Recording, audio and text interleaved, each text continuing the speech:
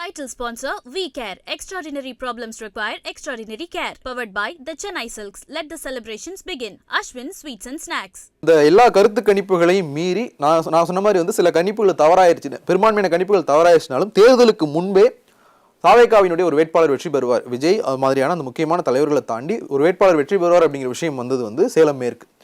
இந்த அமர்வில் வந்து நம்மோட கூடுதலாக தாவேகா ஆதரவாளர் ராமசீதாபதி இணைஞ்சிருக்கார். சார் வணக்கம். வணக்கம். இந்த வெற்றி எப்படி பார்க்குறீங்க? தமிழன் என்று சொல்லடா, தலை நிமிர்ந்து நெல்லடா. ஒரு இளைஞர் படைய தற்குறி அப்படின்னு சொல்லி பெரிய அரசியல் கட்சி தலைவர்கள்லாம் அவங்களுடைய தன்மானத்தை சீண்டினதுக்கு தக்க பதிலடி கொடுக்கப்பட்டிருக்கிறது. முதல்வர் ஸ்டாலினுக்கு சிறப்பான பதிலடி கொடுக்கப்பட்டிருக்கிறது. தாவேகாவினுடைய வெற்றி ஒரு வரலாற்று புரட்சி. தனியாக நின்று எனக்கு தெரிஞ்சு அதிமுகவில் ஜெயலலிதா அம்மா அவங்க வந்து ஜெயிச்சிருக்கிறாங்க. அதுக்கப்புறம் புது வரலாறு தமிழக இளைஞர்களால், தமிழக மக்களின் எழுச்சியால் எழுதப்பட்டு விட்டது. இப்போது நீங்கள் வர்றதுக்கு முன்னாடி வந்து பிரபுகாந்தி சார் சொல்லிகிட்டு இருந்தார், தாவேகாவினுடைய இந்த வெற்றி அப்படிங்கிறது வந்து பெருசாக பேசப்பட வேண்டிய ஒரு வெற்றி தான்.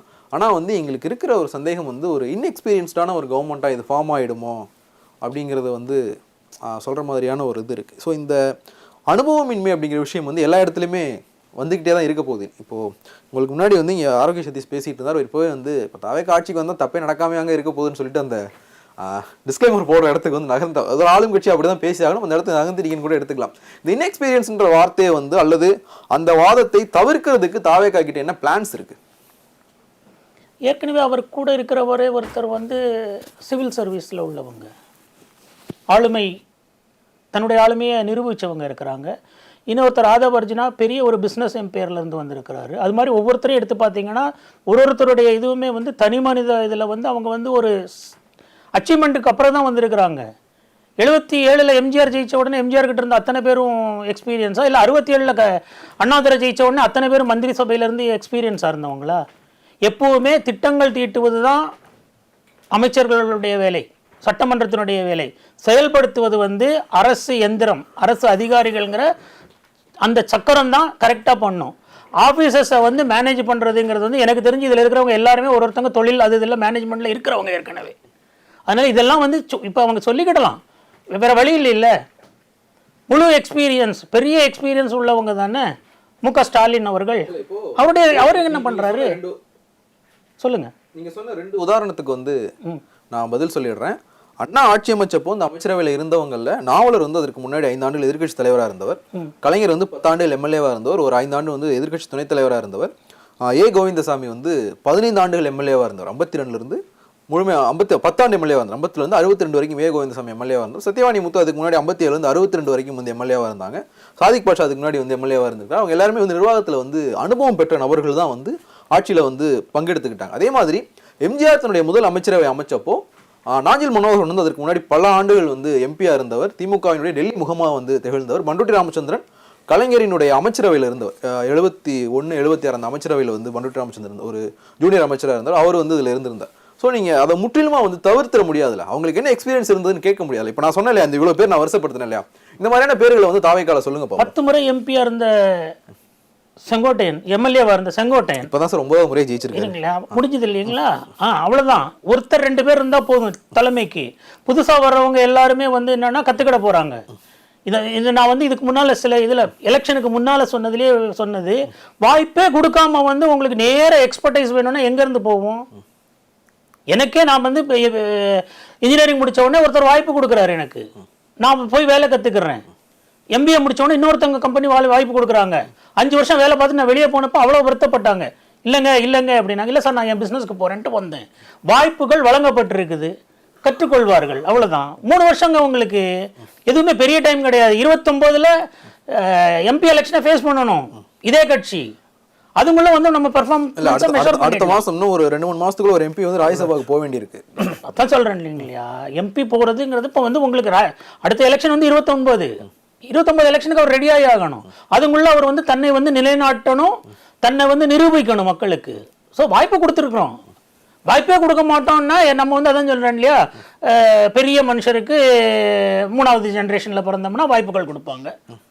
என்கிட்ட பணம் இருக்குது, வசதி இருக்குது. நாளைக்கு நான் படம் எடுக்கிறேன்னு அனௌன்ஸ் பண்றேன். உச்ச நட்சத்திரமும் உலக நாயகனும் நடிச்சிருவாங்களா என் படத்துல வந்து? வாய்ப்பு கொடுத்தா தானங்க நான் ப்ரூவ் பண்ண முடியும் 500 கோடி ரூபாய் கலெக்ஷன் பண்ணி காட்டுறேன்னு. அவங்க கொடுக்குற வாய்ப்பெல்லாம் யாருக்கு கொடுக்குறாங்க? வேற இடத்துல கொடுக்குறாங்க. அதை வந்து தமிழக இளைஞர்கள் உடைச்சிட்டாங்க. இன்னைக்கு வாய்ப்பை கொடுத்துட்டாங்க. Let them prove. அடுத்து இதில் வந்து இன்னும் ஒன்றுங்க, சினிமா டயலாக் மாதிரி இல்லாமல் இப்போ கிட்டத்தட்ட 30 மினிஸ்டர்கிட்ட காலியாகிறாங்க. இவங்க யாருக்கிட்டே போய் நம்ம ஏதாவது கேள்வி கேட்டிருக்க முடியுமா? நான் முதலையே இதுதான் நம்ம சினிமாவில் பார்த்த டைலாக்கு, நேர்லேயே கேட்ட டைலாக். நம்ம அட்லீஸ்ட் இங்கே வந்து அதான் சொல்கிறீங்களா, இதுக்கப்புறம் நீங்கள் இத்தனை கேள்வி கேட்குறீங்க இல்லையா, நீங்கள் ஒரு இதுக்கு வந்து என்ன வழிமுறைகளை வந்து நம்ம மக்கள் நம்மதுல இருந்து ஃபீட்பேக் போகணும். இதில் இப்படி பண்ணலாங்க. அட்லீஸ்ட் நம்ம வந்து சின்ன இது சொல்லிடுறேன். அமைச்சர்கள் நாங்கள் கேள்வி கேட்டிருக்கோம். அது திமுக அமைச்சரவையாக இருக்கட்டும், அதிமுக அமைச்சரவையாக இருக்கட்டும், பிரஸ் பீப்புளினுடைய கேள்வியை எதிர்கொள்ள முடியாமல் அமைச்சர்கள் செவரேறி குதிச்ச கதையெல்லாம் வந்து தமிழ்நாட்டில் நடந்திருக்கு. எங்களுக்கு அப்படியான ஒரு கேள்வி கேட்க முடியாத ஒரு இடமா இருந்தது தாவேகா மட்டும்தான். அதனாலதான் எங்களுக்கு அந்த சந்தேகமே வருது. இல்ல இப்ப நீங்க தாவேகால வந்து கேள்வி கேட்க வேண்டியதே இல்லை. அங்க வந்து ஒரு முகம் தான் வந்துச்சு. புரிஞ்சுதுங்களா? ஒரு முகத்துக்கே இத்தனை பாடு, இத்தனை பயம். மீட்டிங் போக கூடாது, அங்க போக கூடாது, தேவையில்லை. அண்ணாதுரை எங்க ஆரம்பிச்சாரு திமுக பிரச்சாரங்களை? கல்விக்கூடங்கள்ல, பச்சையப்பா கல்லூரியில போய் எத்தனை தடவை மீட்டிங் பேசியிருக்கிறாரு. அன்னைக்கு அடுத்த நாள் காலையில காமராஜர் சொன்னாரா திமுகவை சேர்ந்தவர்கள் எல்லாம் காட்டு மிராண்டிகள்னு? ஒரு வார்த்தை, ஒரு முதல்வர், நீங்க சொன்னீங்க பொறுப்பான இடத்துல தற்கொலைன்னு யூஸ் பண்ண வார்த்தை, அதுதான் இன்னைக்கு பத்தி எரிஞ்சிருக்குது உங்களுக்கு. நானே கோவப்பட்டிருக்கிறேன். என் குழந்தை யாரு தற்கொலைன்னு சொல்றதுக்கு? இவங்க யாரு? They're all highly educated professionals. IT கம்பெனில வேலை பார்க்குறான், மாசம் 3 லட்சம் ரூபாய் 4 லட்சம் ரூபாய் சம்பளம் வாங்குறான். தே ப்ரூவ்ட் தெம்செல்ஃப். அந்த இடத்துல இந்த இவ்வளவு எக்ஸ்பீரியன்ஸ், அரசியல் அனுபவம் உள்ள முதலமைச்சர் வந்து தட்டியிருக்கணும். நம்முடைய சமுதாயம் நாளைக்கு நம்ம ஓட்டு போடுற சமுதாயம், நாளைக்கு நம்ம சமுதாயத்துல என்ன சொல்றது, பெரிய பெரிய ஆட்களாபரமா இருக்கிறவனை வந்து இப்படி நமக்கு குழந்தைய திட்டுவோமாங்க தற்கொலைன்னு சொல்லி? ஒரு அப்பாவை அப்பா வந்து பையனை திட்டுவாங்களா? திட்டக்கூடாதுன்னு தானே சொல்றோம் நம்ம. இன்னைக்கெல்லாம் அந்த வெட்டி சோறுங்கிற வார்த்தையெல்லாம் ஒரு 20-30 வருஷத்துக்கு முன்னால கேட்டது. இன்னைக்கு யாருமே சொல்றது கிடையாது. குழந்தைங்களை தட்டி கொடுத்து இவங்க வந்து ஒரு சமுதாயத்தை, ஒரு ஜெனரேஷனை அவ்வளவு இன்சல்ட் பண்ணாங்க. இன்னைக்கு அதனுடைய பலன் குளத்தூரே தண்ணிக்குள்ள முங்குது. அனுபவிக்கணும். அடுத்தது எக்ஸ்பீரியன்ஸ் எல்லாம் வந்து அதான் சொல்றேன் இல்லைங்களா, ஒண்ணுமே இல்லாம வந்துட்டு வேலையை கத்துக்கிட்டு பக்காவா பண்ற ஆட்கள் இருக்காங்க நிறைய. அதனால வாய்ப்பை கொடுத்துட்டு அதுக்கப்புறம் அதுக்கு ஒரு டைமை கொடுங்க. 6 மாசமோ 1 இயரோ டைமை வச்சுக்கிட்டு அதுக்கப்புறம் வந்து எல்லாத்தையும் கேளுங்க. அந்த 6 மாசத்துல 1 இயர்லயோ ப்ளீஸ் கைட் தம். நான் சொல்றது தான், கைட் தம். குழந்தைங்க புதுசா வர்றவங்க, let us guide with your experience. நம்மளுடைய நாலேஜை வச்சு we have to guide them. ஏன்னா நமக்கு வந்து ஒரு இதுவரை யாருமே பண்ணி ட்ரை பண்ணா, விஜயகாந்த் எல்லாம் பந்து விளையாண்டு அவரை எவ்வளவு அசிங்கப்படுத்தி இது பண்ணாங்க. வருத்தப்பட வேண்டிய ஒரு விஷயம் அது. அவ்வளவு நல்ல மனுஷன். இவங்களுடைய பணபலம், இவங்களுடைய மீடியா பலத்தை வச்சுக்கிட்டு அவரை பாடாப்படுத்தி எடுத்தாங்க. இது எதுவுமே இவர்கிட்ட நடக்கல. இவங்க என்ன பண்ணாலும் அதுலயும் விஜய்க்கு வந்து ஒரு படி மேல 40 பேர் இதாயிட்டாங்க. நீ ஏன் வரல? நீங்க தான் ஏன் போகணும்னு சொன்னீங்க?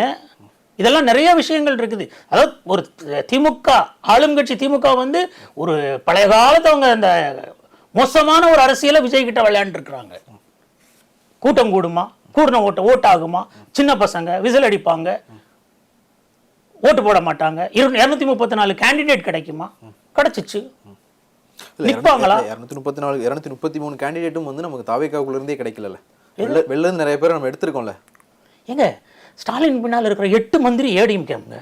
அப்போ அவர் ஏன் அவங்க அங்க வந்தா மட்டும் ஓகே? அதே மாதிரி தான் சொல்ல பிஜேபிக்கு என்ன பெரிய ஊழல் இருந்தாலும் அவங்க கூட்டு போய் தண்ணி தொளிச்சிட்டாங்கன்னா அவர் புனிதர் ஆயிடுவார். அடுத்த நாள் காலையில் மோடி பக்கத்தில் உட்காந்து பேசுவாங்க. அது நம்ம இதுவரை காட்டியிருக்கிற அரசியல் வந்து அவ்வளவு கேவலமான அசிங்கமான அரசியலை காட்டியிருக்கிறாங்க எல்லாரும். அங்கிட்டு இருந்து இங்கிட்டு வந்து ஒரு சீட் கொடுக்கலையா?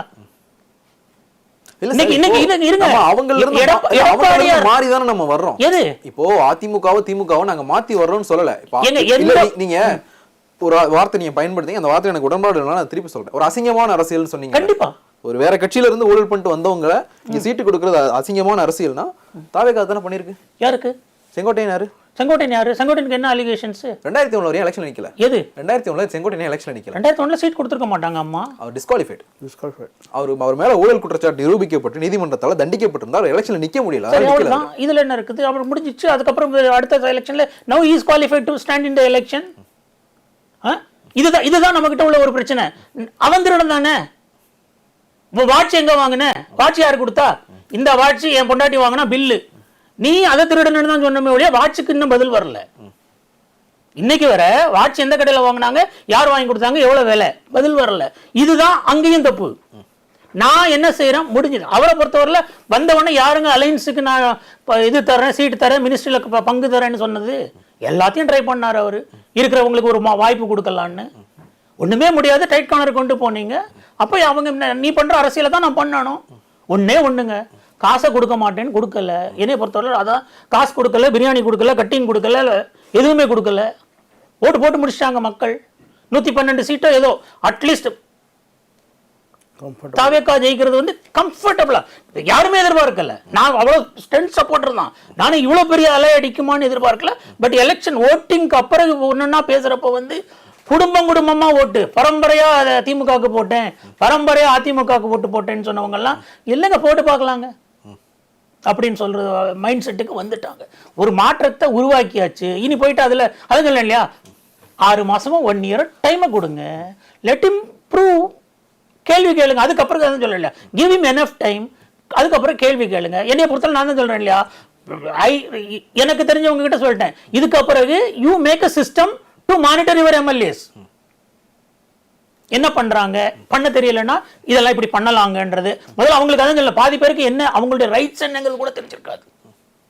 கண்டிப்பா நீங்க சொன்னது வந்து அதான் சொல்ல இல்லையா, எம்ஜிஆர் 136 எம்எல்ஏல ஒரு 10 பேர் தான் அந்த மாதிரி இருந்திருப்பாங்க. ஸோ இங்கே எடுத்தீங்கன்னா 10 பேர் எண்ணி பார்த்தோம்னா இருக்கும். மாற்றுக் கட்சியில இருந்து வந்தாங்கன்னா அங்க இடம் கிடைக்கல, நீங்க வர்றப்போ வந்து அன்னைக்கு வந்து ஒண்ணுமே இந்த அடியை கொடுக்கணும்னா அதை செஞ்சாகணும். ஏன் வைத்தியலிங்கம் இல்ல சார், ஓ பன்னீர்செல்வம் ஓ பன்னீர்செல்வத்தை திமுக இணைச்சதுல எனக்கு விமர்சனம் இருக்கு. இல்ல சொல்றேன், எனக்கு விமர்சனம் இருக்கு. அந்த நேரத்துல வந்து அவங்களுக்கு வந்து ஏடிஎம்கே வீக் பண்ணணும். அதான் சார், எனக்கு அதுல விமர்சனம் இருக்கு.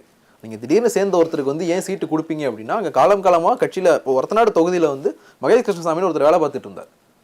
2006-11 வந்து திருவோணம் தொகுதியுடைய எம்எல்ஏ வந்து மகேஷ் கிருஷ்ணசாமி அந்த தொகுதியில் வந்து சீட்டு வாங்கன்னு வேலை பார்த்துட்டு இருந்தார். தஞ்சாவூரினுடைய துணை மேயர் அஞ்சுகம் பகுதி வந்து வேலை பார்த்துட்டு இருந்தாங்க. நீ அவங்க எல்லாம் மீறி வந்து வைத்திலிங்கத்துக்கு சீட் கொடுக்கும்போது அந்த கட்சியில் உள்ள ஒருத்தருடைய வாய்ப்பை வந்து பறிக்காதன்ற கேள்வியை வந்து திமுகவை நோக்கி எழுப்பிய அதே நபர் தான் நீங்க வந்து செய்யார் தொகுதியில் வந்து தூசி மோகன் வந்து தாவேக்காவுடைய வேட்பாளர் இருந்தார். லாஸ்ட் மினிட்ல இல்ல, அவர் என்னைக்கு தாவேக்கால சேர்ந்தார்னு மட்டும் எனக்கு சொல்லுங்க. 3 days before. இல்ல, ஒரத்தநாடு வைத்திலிங்கமும் ஓ பன்னீர்செல்வமும் திமுக என்னைக்கு சேர்ந்தாங்கன்னு எனக்கு தெரியும். திமுக பன்னீர்செல்வமும் ஓ பன்னீர்செல்வமும் வைத்திலிங்கமும் திமுக என்னைக்கு சேர்ந்தாங்கன்னு எனக்கு தெரியும். நீங்க வந்து இதுல தூசி மோகன் தாவேக்கால என்னைக்கு சேர்ந்தாருன்னு மட்டும் சொல்லுங்க. தூசி மோகன் என்னைக்கு சேர்ந்தாருன்னு சொல்லுங்க. நம்ம கம்பம் ஜெகநாத் மிஸ்ரா என்னைக்கு சேர்ந்தாரு பேர் பார்க்கும்போது அவங்க இந்த கட்சியில இருக்கான்னு தெரியும். அவங்க எல்லாம் என்னைக்கு சேர்ந்தாங்க? இல்ல சார், நீங்க ஒரு மாற்று அரசியல் வர்றீங்க, அவங்க பண்ணதெல்லாம் நாங்க பண்ண மாட்டோம்னு சொல்றீங்க. பட் ஆனா திருப்பி வந்து அதை விட ஒரு மோசமான ஒரு இடத்துக்கு தானே இது போகுது. மோசமானதுன்னு சொல்லாதீங்க, ஒரு வாய்ப்பு கொடுத்துருக்கீங்க. இல்ல சார், சிம்பிள். நான் எனக்கு வந்து ஒரு வார்த்தையில வந்து ஆழமான நம்பிக்கை உண்டு. Politics is the art of the possible அப்படிங்கறது வந்து ரொம்ப உறுதியா நம்புற ஆள் நான். நீங்க அதை சொல்லியிருந்தீங்கன்னா எனக்கு பிரச்சனையே கிடையாது. ஒரு வாக்கு அரசியல் கட்சி எது வேணாலும் பண்ணி ஜெயிக்கணும், ஜெயிக்கிற வெற்றி தான் வந்து தேர்தல் அரசியலினுடைய ஒற்றை நோக்கம். அதுக்காக நீங்க வந்து என்ன வேணாலும் பண்ணலாம். நீங்க அதை சொல்லிட்டு களத்துக்கு வந்திருந்தீங்கன்னா எனக்கு பிரச்சனை இல்லை. ஆனால் நாங்கள் தூய சக்தி இதுவரைக்கும் இருந்த அரசியல் இருந்து ஒரு மாற்று அரசியலை கொடுக்க போறோம்னு சொல்லிட்டு நீங்களும் அவங்க பண்ணதை தான் பண்ணுவீங்கன்னா இந்த மாற்று அரசியல் இல்ல இந்த தூய சக்தின்ற வார்த்தைகள் அடிபட்டு போயிடாதான் நான் கேட்கிறேன். அடிபடாது. அடிபடாது எப்படி சார்? அங்க ஓட்டே வந்து ஒருத்தருக்கு தாங்க. எப்படி ஜெயலலிதா அப்படிங்கிற அம்மா இருந்தாங்க இல்லையா, ஏடிஎம்கேல யாரை வேணாலும் நிறுத்துவாங்க, எங்க வேணாலும் நிறுத்துவாங்க, ஜெயிக்க வைப்பாங்க. அதே மாதிரி இன்னைக்கு விசிலுக்கு வந்து மோஸ்ட் ஆஃப் த கான்ஸ்டிட்யூன்சில கேட்டு பாருங்க, கேண்டிடேட் தெரிஞ்சிருக்குமான்னு தெரியாது, தெரிஞ்சிருக்காது. பட் விஜய் தெரியும். ஏன்னா விஜய் நம்ம வீட்டுக்குள்ள இருந்தவர். அவர் சொன்னது அதான் சொல்ல இல்லையா, விஜயை பொறுத்தவரையில அவருடைய எதிரியை கரெக்டா ஃபிக்ஸ் பண்ணிட்டாரு. முதல்ல அடுத்து அவருடைய ஸ்ட்ராட்டஜியை ஃபிக்ஸ் பண்ணிக்கிட்டாரு. அவங்க ஒருத்தங்களை மட்டும்தான் தாக்கணும், வேற எதுக்கும் இங்க அங்க டைவர்ட் ஆகி போகக்கூடாதுங்கிறதுல கரெக்டா ஃபிக்ஸ் பண்ணிக்கிட்டாரு. அவருக்கு தேவைப்பட்டது ஒவ்வொரு வீட்டிலையும் ஒரு விஜய் இருக்கிறேன்னு சொல்லிட்டாரு. சரிங்களா? அந்த ஒரு விஜய்ல ஒருத்தர் கேண்டிடேட் 234 விஜய், அவ்வளவுதான் அவர் சொன்ன ஸ்டேட்மெண்ட். அப்படி 233 அது ஒரு இடத்துல வந்து அவங்களுக்கு என்ன வேணாலும் பண்ணுவாங்க. சரிங்களா? அரசியல் நீங்க சொன்னீங்க இல்லையா, என்ன வேணாலும் எந்த எக்ஸ்டென்ட்டுக்கு வேணாலும் போவாங்க. Politics is the art of the possible. இல்ல பாலிடிக்ஸ் வந்து everything is fair in love and politics war. அந்த மாதிரி தான் இன்னைக்கு உள்ள அரசியல். வாய்ப்பு கொடுக்கப்பட்டுச்சு. இதே வந்து எதிர்பார்க்காத ஒண்ணு. எப்படியோ ஃபர்ஸ்ட் அடியே அவர் சொன்ன மாதிரி எவன் அடிச்சா பொறி கலங்குதோ அவன் தான் அவன் அப்படின்னு சொன்னது அடி ஆளுங்கட்சியா மாறிட்டீங்க இன்னுமா பஞ்சு dialogue அவ்வளவுதான். பேசிட்டு இனி என்ன வேணாலும் பேசுவோம். நம்ம பேசணும்ல, ஓசி ஓசி ஃப்ரீ ஃப்ரீ ஃப்ரீ. அப்புறம் இன்னைக்கு உட்கார்ந்திருக்காங்கல்ல, உங்களுக்கு என்ன வித்தியாசம்? இல்ல நம்ம பேசுறது பஞ்ச் டயலாக், பாசிட்டிவ் டயலாக். நீங்க தான் சொன்னீங்க என்ன வேணாலும் பேசுவோம்னு சொல்லி அத உதாரணத்துக்கு எடுத்துட்டு 200 தொகுதி ஜெயிப்பேன்னு சொல்லிட்டு மெட்ராஸ் விட்டு கிளம்பினாருங்க. தாவேக்காக்கு எனக்கு சம்பந்தம், வாட் இஸ் தாவேக்கான்ட்டு போனாங்கங்க. கடைசியா கொடைக்கானல்ல தாவேக்கா விஸ்க் போட்டாருங்க. அன்னைக்கே முடிஞ்சு போச்சு. he accepted that TVK is going to kill me, but we never expected that even Stalin will be killed. ஸ்டாலினுக்கு வந்து உண்மையிலே எதிர்பார்க்கல யாரும், அவரே எதிர்பார்த்திருக்க மாட்டார். how he is going to digest that. விடியல் ஆட்சி கொடுத்துட்டேன், அப்படியே 5000 ரூபாய் அள்ளி கொடுத்துட்டேன், தேவையில்லை. அதுவும் சொல்ல இல்லையா, 10ஆம் கிளாஸ் பிள்ளைய வச்சுக்கிட்டு 10 லட்சம் கோடியை கடனை வாங்கி கொடுத்தோம்னா அது வாட்டுக்கு தூக்கி வீசிட்டு போயிட்டே இருக்கும். தொப்பு டப்புன்னு இருந்தா நீ எடுத்துக்கோ. தமிழகம் தேடினது, நான் திரும்ப சொல்லிட்டு இருந்தது, ஜெயலலிதா அவங்க மறைவுக்கு பிறகு கருணாநிதியும் மறைஞ்சிட்டார். அப்பயே வந்து அவர் வயது மூப்பு. ஸோ தமிழகம் தேடிக்கிட்டு இருந்தது தனக்கான ஒரு தலைவனை. அதற்கான வாய்ப்புகள் கொடுக்கப்பட்டது. அதற்கான வாய்ப்புகள் எடப்பாடியாருக்கு உடனே கிடைச்சது.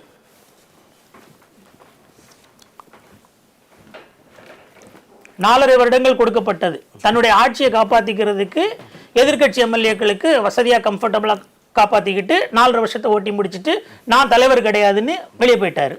5 வருஷம் இவருக்கு கொடுக்கப்பட்டது. இந்த 5 வருஷத்துல 25 வருஷம் நாங்க ஆண்டுருவோம்னு சொன்னாரு. பட் தமிழகம் தேடின தலைவனா வந்தாரா?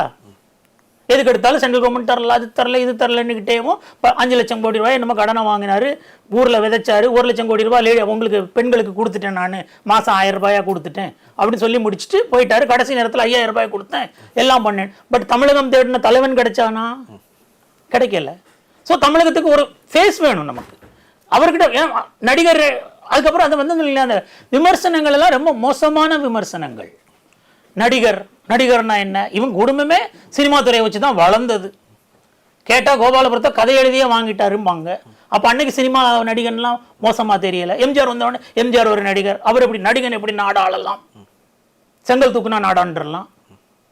ஸோ இவங்க வந்து அதான் சொல்றேன் இல்லையா, தவறான பாதைகள்லயே போயிட்டு. இன்னொன்று, திமுக ஆளுங்கட்சியை பொறுத்தவரையில ஒரு அபரிவிதமான நம்பிக்கை.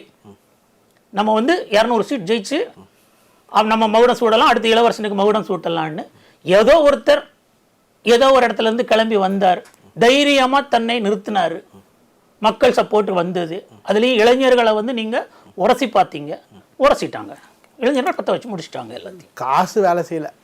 எஸ், பெரிய விஷயம். இந்த அமர்வில் வந்து நம்மளோட கூடுதலாக திமுக இருந்து சூர்யா வெற்றி நினைக்கிறார். வணக்கம். பேசினதை கேட்டிருப்பீங்க. 200 தொகுதியில் வெற்றி பெறுவோம்னு சொன்னீங்க. எதிர்கட்சியாக வர்றதே டவுட்டு. இப்போ தான் வந்து அதிமுகவோட அதிக இடம் வந்து போயிருக்கு திமுக தனியாக பார்க்கும்போது. என்ன காரணம்?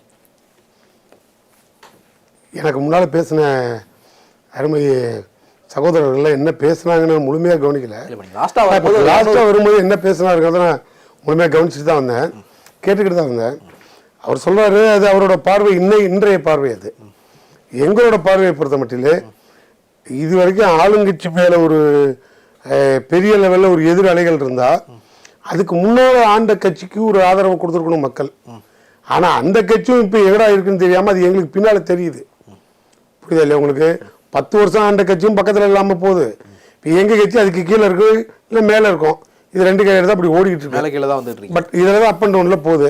விஜய்க்கு எதன் மூலயமா இவ்வளோ ஒரு பெரிய ஆதரவு அப்படின்னு இப்போ இந்த நேரத்தில் நம்ம உட்காந்து நீங்கள் ஒரு ஆய்வு நடத்தி பார்த்தா, இப்போ சார் சொன்ன மாதிரி ஒரு புதிய ஒரு ட்ரெண்ட் ஒன்று உருவாகணும், அல்ல ஏதேனும் ஒரு புதுமுகம் வரணும் அப்படின்னா, இப்போ சார் சொன்னார் நடிப்புலகம் அது இதுன்னு நாங்கள்லாம் பேசணும் போகணுன்னு. சார் நீங்கள் ஒன்று புரிஞ்சுக்கணும் சார், தமிழ்நாடு எதை நோக்கி 5 வருஷமாக பயணம் பண்ணிச்சு. தமிழ்நாட்டில் இது வரைக்கும் வளர்ச்சியை நோக்கி தமிழ்நாடு இந்தியாவில் 2வது இடம் கொண்டு போனோம். ஆனால் ஆண்ட 5 வருஷமும் போராட்ட களத்தில் தான் இருந்தோம். தமிழ்நாட்டில் யாரும் வந்து ஆளுங்கட்சி மாதிரி நடக்கலை, போராட்ட களமாக தான் இருந்தது. போராட்டமே வாழ்க்கைன்னு ஓட்டணும். அப்படி இருந்த தமிழ்நாடு இன்னைக்கு அப்படியே இனிமேல் வந்து பிஜேபி வந்து இப்போ தாவேக்காவை ஆட்சியில் உட்கார வச்சு அப்படியே ஆளை விட்டு புதுமுகத்தை தமிழ்நாட்டு மக்கள் மத்தியில் மலர விட்டுருவோம் அப்படின்னு நினைக்கிறதே முதல்ல தவறு சார். இது எல்லாம் ப்ரீவியஸாக அவங்க போட்டிருக்க பெரிய பி டீம். அது நாங்கள் ஆரம்பத்துலேருந்து சொல்லிக்கிட்டு இருக்கோம். காங்கிரஸ் இப்ப நீங்க யாரு ஆளுவான்னு நினைக்கிறீங்க? சூர்யா, மக்கள் கிட்ட அந்த வாதம் எடுபடல. சார் நாங்கள் மக்கள்கிட்ட வாதம் எடுப்படுது படலைங்கிறத அப்புறம் வச்சுக்குவோம். V-Care Skin and Hair Clinic in AFT 2.0 treatment. Not just a fix, a future. The Chennai Silks in Mega Summer Sale.